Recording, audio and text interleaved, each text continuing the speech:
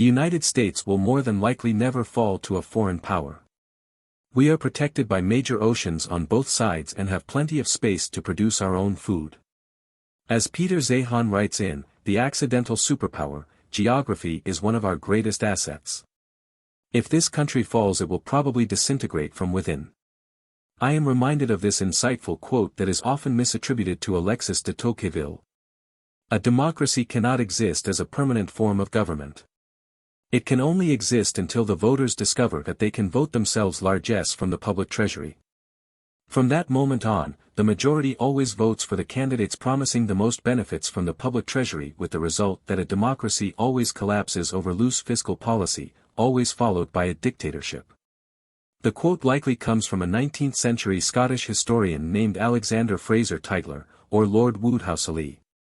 The fact he's a historian then makes me think of the quote, "Those who do not learn history are doomed to repeat it, and we're on the path now." However, the former quote elucidates the reality that politicians will spend the government treasury into oblivion at the behest of voters.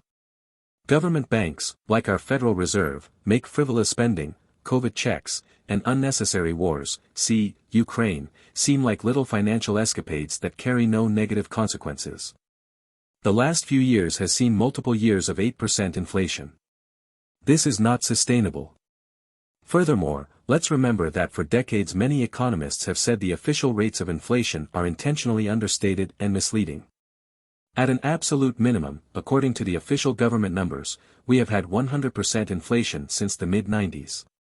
Ever wonder why you feel like it's so hard to get ahead? That's because government bureaucrats debase your wages and net worth with false promises and fake currency.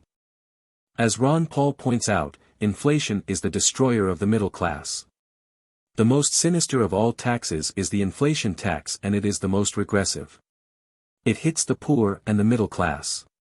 When you destroy a currency by creating money out of thin air to pay the bills, the value of the dollar goes down, and people get hit with a higher cost of living.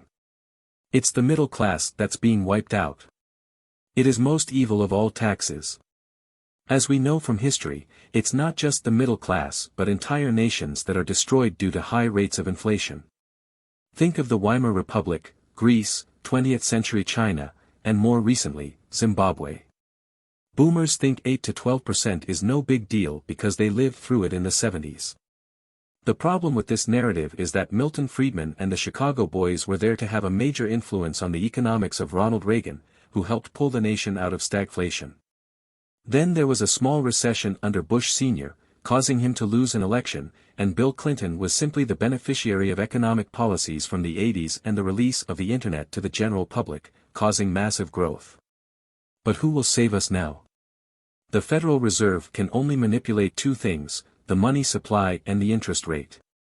If those solutions fail, we are in #edition. There is no will in American society towards the sort of belt-tightening economic policies that Friedman recommended to Chile in the 70s, turning it into the richest country in South America by GDP per capita. Please reread these last couple of paragraphs if you don't get my drift.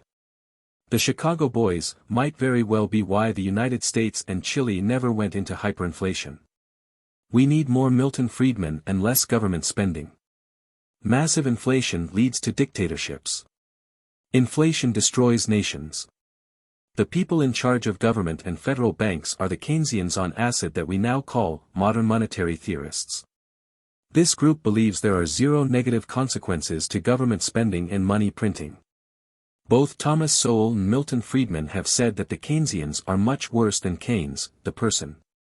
That is the truth, and these pseudo-intellectual academics have developed a new theory to justify their unearned existence on this earth.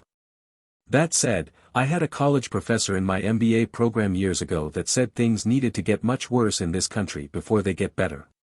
People need to realize the truths of this nation, the liberty, freedom, and choice we have here. We live in an era of miracles, and globalists like Klaus Schwab and the rest of the World Economic Forum are trying to destroy everything. The cultural and economic foundations of this country are being eroded. Hopefully, given the wherewithal of the liberty-supporting people of this country, we will rectify the failures of the past and the current. It seems every generation, every person, needs to suffer a little bit in life to truly understand what it means to be human. In summation, freedom and liberty over eating bugs.